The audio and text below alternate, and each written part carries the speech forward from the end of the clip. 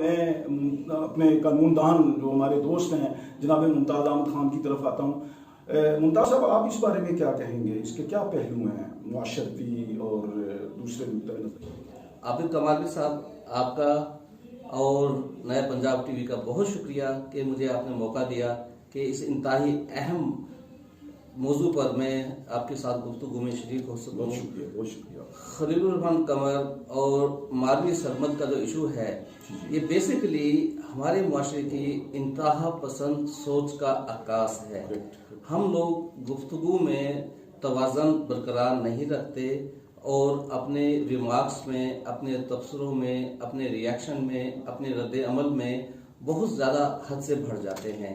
और उससे इशू अपनी जगह है कि मेरा जिस्म मेरी मर्जी, फिर उसके ऊपर जो दोनों सोच हैं, मारवी सरमद की सोच है और खलीलुर रहमान कमर साहब की सोच है, ये अपनी जगह एक अलग इशू है। अब इशू ये हो गया है कि हम टॉलरेंस हमें नहीं है, बर्दाश्त का मादा हमें नहीं है। जी।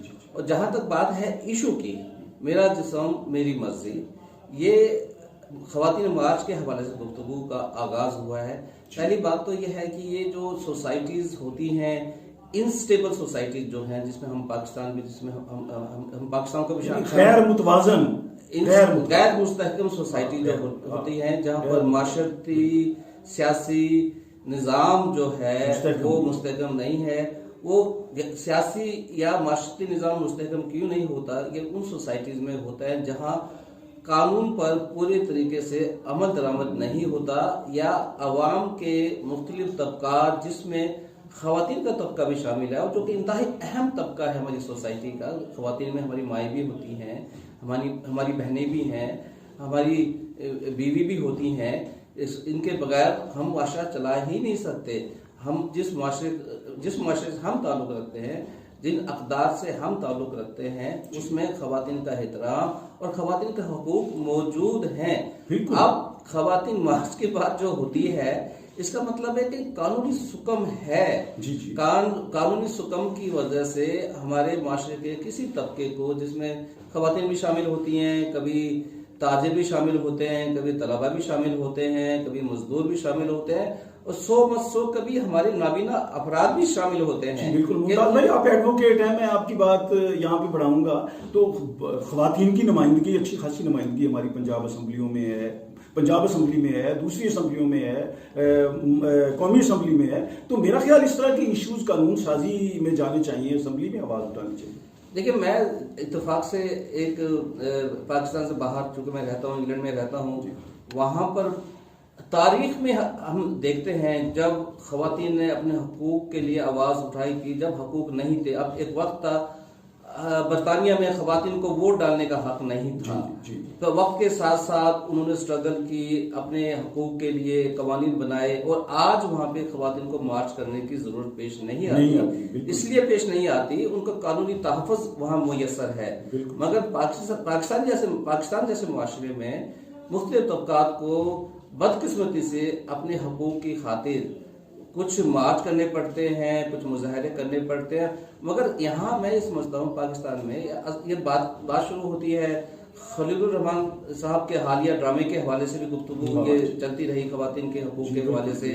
और देखिए, ख़वातीन मार्च लास्ट ईयर भी हुआ था। लास्ट ईयर भी ऐसी बातें सामने आई, ख़वातीन ने ऐसे स्लोगन्स लगाए, कुछ बातें जो हमारी अक़दार से मैच नहीं करती हैं। जहाँ तक मेरा जिस्म मेरी मर्जी की बात है, हमारी मर्जी क्या है? मर्जी क्या होती है? मर्जी होती है हकूक़, कि हमारे पास क्या हक है। हकूक़ सब्जेक्ट टू रिस्पॉन्सिबिलिटीज होते हैं। अल्लाह ताला ने हमें पैदा किया है, तो क्या हम कह सकते हैं कि सब चीज़ों में हमारी मर्जी है? नहीं, हम अपनी मर्जी से ना पैदा हुए हैं, ना अपनी मर्जी से हमने अपने माँ बाप का इंतखाब किया है, ना अपनी मर्जी से हमने अपनी जिन्स जेंडर का इंतखाब किया है। ये सब चीज़ें हमारी मर्जी के खिलाफ हम पर इम्पोज हैं, या हम इन चीज़ों का खुद मतलब है इंतखाब करने से कासिर हैं। इसी तरह हम जब माशरे में रहते हैं, हमारी मर्जी कैसे नहीं हमारी मर्जी अगर ये हो कि हम ऊंचा म्यूजिक लगाएं तो ये हमारी मर्जी नहीं चल सकती। हमें अपने नेबर का भी ख्याल करना होगा, हमें कवानीन का भी ख्याल करना होगा। इसी तरह मर्जी कोई नहीं होती, ये सब हकूक और जिम्मेदारियों का एक तवाज़ुन होता है। मेरा यह ख्याल है कि अपनी मर्जी वाला जो फलसफा है वो ना हमारी अक़दार से मैच करता है, ना दुनिया की जो दूसरे मुआशरे हैं उनके अक़दार से मैच करता है। ये सब एक तवाज़ुन के साथ चलने वाली बातें हैं। ख़वातीन की अपनी जिम्मेदारियां हैं और अपने हकूक हैं, और हम चूंकि मुसलमान हैं, इस्लाम ने उनके हकूक मुतय्यन कर दिए हैं। आप देखिए ना, रसूल पाक सल्लल्लाहु अलैहि वसल्लम जब तशरीफ लाए थे इस दुनिया में, बच्चियों को जिंदा दरगोर कर दिया जाता था।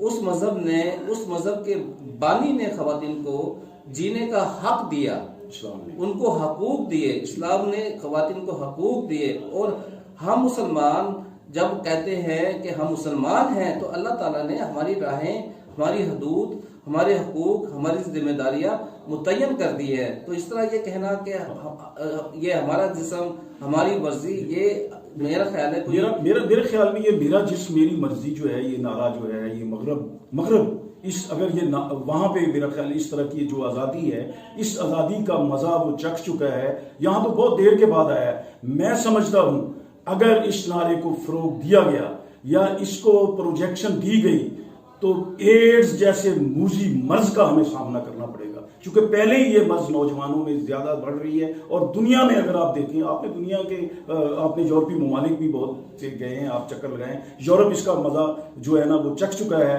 तो हमें इससे अभी भी जो है ना हमें सोचना चाहिए। हमें अपनी कौमी इक़दार, इस्लामी इक़दार, हमें अपनी मुआशरती इक़दार जो है उनको सामने रखना चाहिए। मुझे वो शेर याद आ रहे हैं अकबर इलाहाबादी, तालीम औरतों की जरूरी तो है मगर खातूने खाना हो वो सबा की परी ना हो।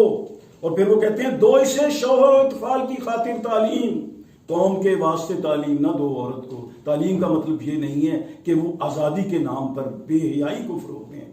बहुत बहुत शुक्रिया मुमताज़ साहब, आप तशरीफ़ लाए और आपने बहुत उम्दा गुफ्तगू की।